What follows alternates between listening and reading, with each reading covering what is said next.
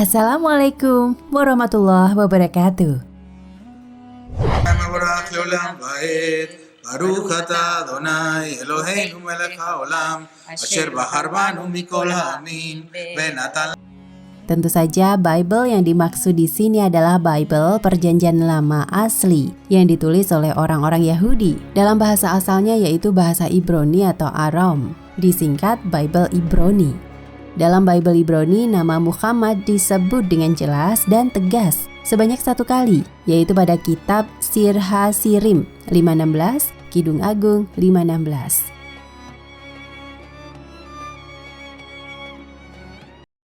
This word is made of 4 letters. Mem, Het, Mem, Dalet. Inilah bukti bahwa semua agama sejatinya adalah menyembah hanya satu Tuhan, yaitu Allah Subhanahu wa Ta'ala semata. Dan Muhammad memang adalah nabi dan rasul terakhir seperti yang telah tertulis pada kitab-kitab sebelum Al-Quran. Namun, akibat kitab-kitab terdahulu sudah dirubah sedemikian rupa oleh tangan-tangan kotor, maka kata Muhammad sebagai nabi dan rasul terakhir dihapus. Hal ini sesuai dengan pernyataan Al-Quran bahwa nama Muhammad memang sudah tidak asing lagi bagi orang-orang Israel yang telah menerima Taurat dan Injil. Orang-orang yang telah kami beri Alkitab, Taurat, Zabur, Injil, dan lain-lain mengenal Muhammad seperti mereka mengenal anak-anaknya sendiri. Dan sesungguhnya sebagian di antara mereka menyembunyikan kebenaran padahal mereka mengetahui. Quran Surat Al-Baqarah ayat 146. Dan juga, yaitu orang-orang yang mengikut Rasul Muhammad, Nabi yang ummi yang namanya mereka dapati, tertulis di dalam Taurat dan Injil yang ada di sisi mereka, yang menyuruh mereka mengerjakan yang ma'ruf dan melarang mereka dari mengerjakan yang mungkar, dan menghalalkan bagi mereka segala yang baik dan mengharamkan bagi mereka segala yang buruk, dan membuang dari mereka beban-beban dan belenggu-belenggu yang ada pada mereka. Maka orang-orang yang beriman kepadanya, memuliakannya, menolongnya dan mengikuti cahaya yang terang yang diturunkan kepadanya, Al-Quran. Mereka itulah orang-orang yang beruntung. Quran Surat Al-A'raf ayat 157.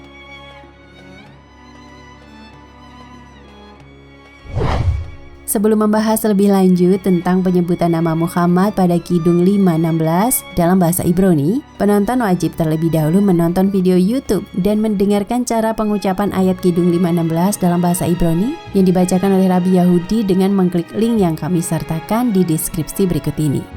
Ayat Kidung Agung 516 dalam teks bahasa Ibrani adalah sebagai berikut. Hikomam takim wehula Muhammadim zaido diwezeri bainot Yerusalem. חכו ממתקים וכלו מחמדים זה דודי וזרעי בנות ירושלים. Perlu diketahui, teks asal Bible dengan huruf-huruf Ibrani tidak mengenal tanda baca seperti titik, koma, titik koma, titik dua, dan lain-lain. Karena itu, teks Ibrani Kidung 516 di atas disuguhkan tanpa tanda baca, agar setiap orang bisa memahami sendiri maksud sebenarnya dari ayat tersebut.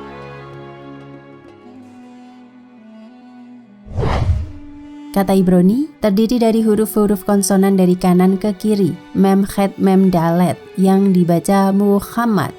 Demikian juga dengan kata Arab, terdiri dari huruf-huruf konsonan dari kanan ke kiri, mim, kha, mim, dal, yang juga dibaca Muhammad. Jika diterjemahkan kata per kata di atas dirangkai, maka akan berbunyi sebagai berikut. Mulutnya manis semata-mata, dia adalah Muhammad, inilah kekasihku, dan inilah temanku, wahai putri-putri Yerusalem. Pembahasan ayat-ayat Kidung Agung tentang Muhammad. Kidung Agung 510, putih bersih dan merah cerah kekasihku, menyolok mata di antara 10.000 orang. Kidung Agung 516, kata-katanya manis semata-mata, dia semuanya bagus, demikianlah kekasihku, demikianlah temanku, hai putri-putri Yerusalem. Penjelasan Kidung 510, menurut saudara sepupu sekaligus menantu Muhammad yaitu Ali bin Abi Thalib, ciri-ciri Muhammad adalah tubuh beliau tidaklah terlalu gemuk, mukanya bundar, warnanya putih bercampur merah. Hadis riwayat Tirmizi dalam Sunan dan Syama'ilnya. Sedangkan menurut Anas bin Malik, ciri-ciri Muhammad adalah Wajahnya terang bercahaya, tubuhnya tidak terlalu putih dan tidak terlalu merah. Hadis riwayat Bukhari, Muslim, dan Tirmizi. Berkenaan dengan 10.000 orang yang menyertai Muhammad dalam sebuah literatur dikatakan, ketika memasuki kota Mekah pada tahun 630 Masehi, dalam keadaan masih aman dan damai, dikenal dengan peristiwa Fathu Makkah. Muhammad disertai 10.000 pengikut yang soleh. Dalam literatur lain, Nabi Muhammad berangkat bersama dengan 10.000 orang pada saat yang menentukan ini. Washington Irving, Life of Muhammad, halaman 17. Sementara itu dalam literatur lain, Abu Sufyan berteriak untuk mengumpulkan orang-orang. Wahai orang-orang Quraisy, Muhammad telah berada di sini dengan kekuatan yang tidak dapat kalian lawan. Muhammad bersama 10.000 pasukan baja. Martin Links, Muhammad, halaman 474. Penjelasan Kidung Agung 416, kata Ibrani Muhammadim atau yang diterjemahkan sebagai He is altogether lovely. Dalam Bible berbahasa Inggris di atas, pada dasarnya adalah kata Muhammad atau dengan tambahan akhiran im atau dalam bahasa Ibrani, akhiran im digunakan untuk menyatakan jamak atau agung. Sebagaimana kata Elohim yang pada dasarnya adalah kata Eloh ditambah akhiran im. Eloh adalah Allah dalam bahasa Ibrani. Sehingga terjemahan yang tepat untuk Kidung Agung 516 adalah sebagai berikut. Kata-katanya manis semata-mata, dia adalah Muhammad. Demikianlah kekasihku, demikianlah temanku. Hai putri-putri Yerusalem. Muhammad adalah nama orang, sehingga ia tidak bisa diterjemahkan ke dalam bahasa manapun. Itu artinya bahwa kata Ibrani atau Hebrew, Muhammad adalah nama diri seseorang, sehingga ia tidak bisa diterjemahkan ke dalam bahasa manapun. Karena itu, kedua kamus online di atas tidak menerjemahkannya, melainkan hanya menuliskan namanya dalam ejaan bahasa Inggris, yaitu Muhammad. Silakan dengarkan kembali cara pengucapannya yang dibacakan oleh Rabi Yahudi dalam video YouTube di atas.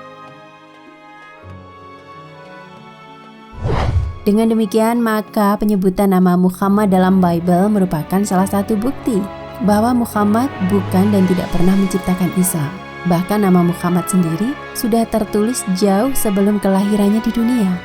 Ini semakin meneguhkan keyakinan bahwa Islam sudah ada semenjak zaman nabi-nabi pra-Muhammad.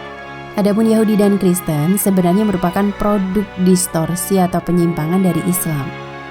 Dr. Gerald F. Dirks, seorang mantan pendeta sekaligus ketua Dewan Gereja di United Methodist Church, Kansas, USA, memaparkan dengan jelas distorsi-distorsi tersebut dalam sebuah artikel yang berjudul Perspektif Islam tentang Agama. Wallahu a'lam bishawab.